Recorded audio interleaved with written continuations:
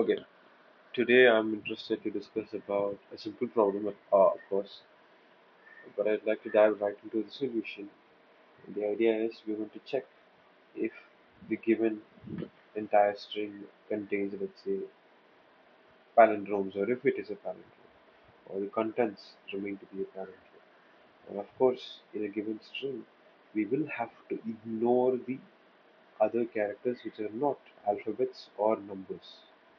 We'll have to remove the spaces and characters which are not alpha meaning alphabets or numeric, which is why they've also stated, I believe, we'll have to remove all the alphanumeric characters as well.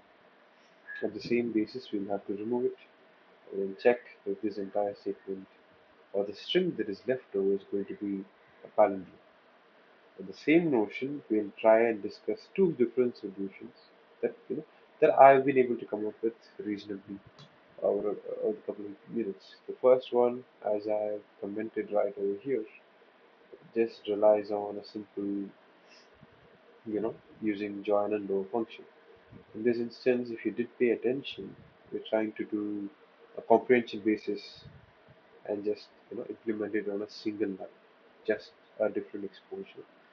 And the same question also allows you to explore the string classification or string predicate methods, which are, let's say, is album, is alpha, is digit, is decimal, is numeric, so on and so forth. Meaning whatever string that's available right over here, let's say at this point,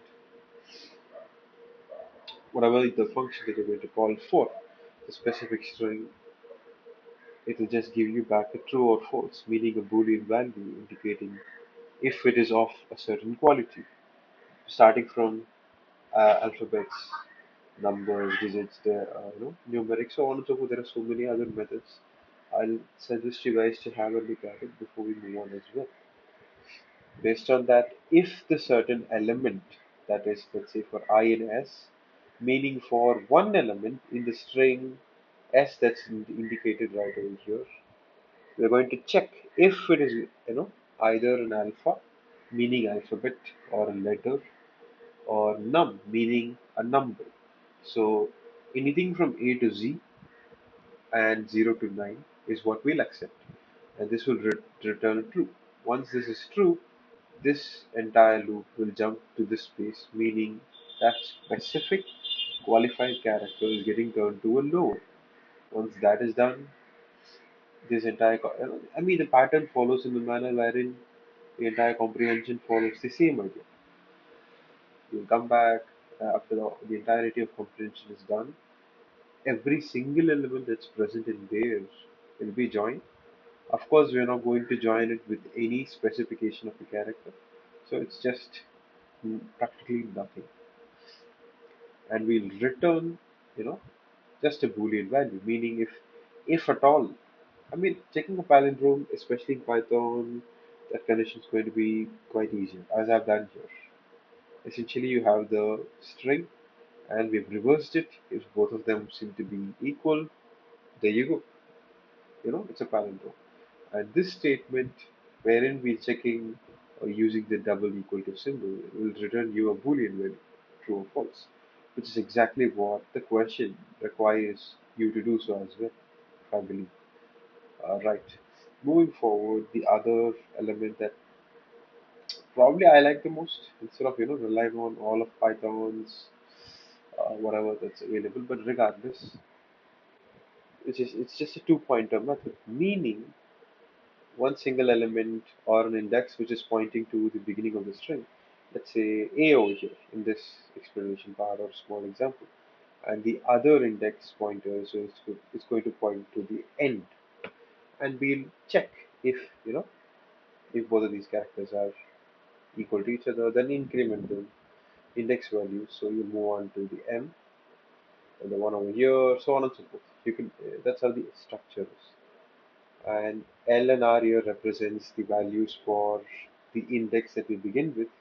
Right, of course, being your right extreme index value. L, which is left, will be your left extreme value, which is 0, obviously, for a string.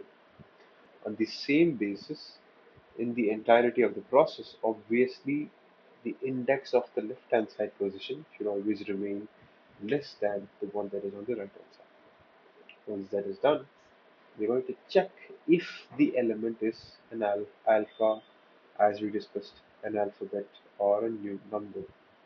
Once that is done, we'll move on further. But how we are checking is important. If the element is not an alphabet or a number, we'll simply move on to the next index position instead of removing it on any basis.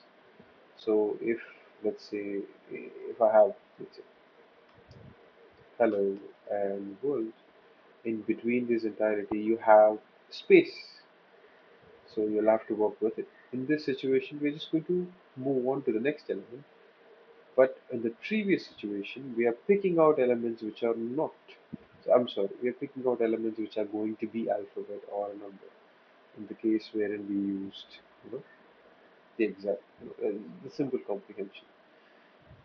Obviously, we are following the same. It should be true for the right hand side index as well. Once these two conditions are fine, and now you have an alphabet or a number for you to check on, you'll have to, of course, convert it into a lowercase as the question requests you to do so, from or wrong. You know? After converting all the uppercase letters into lowercase letters. But regardless of the question mentioning you to do so, the idea of a palindrome will make sure you do it. That's how you're going to get the right answer, regardless of the question mentioning it or not. On the same basis, you come back, you're converting it to a lower, and you want both of those guys, meaning the one that's on the left extreme right over here, and the one that's on the right extreme, to be equal to each other. And it should continue. Let's say A and A matched, M and M matches. Then from right extreme, this small character, and the next guy, so on and so forth. I'm sorry. Yeah, yeah. Obviously, the idea is it should follow on and on and on until the entirety or the search space is exhausted. At the end of it all, we just have to increment, you know, just the indices, and we're only checking cases wherein it's not, working for us. Once that is done, if the entirety of the loop process is done, obviously you can return true. We have passed out cases. If it is not, you just return false, and that's practically it. I mean, it should work out well if I'm not wrong. Yes. This is a simple question. I'm not sure what happened here. Maybe a small indent or whatever.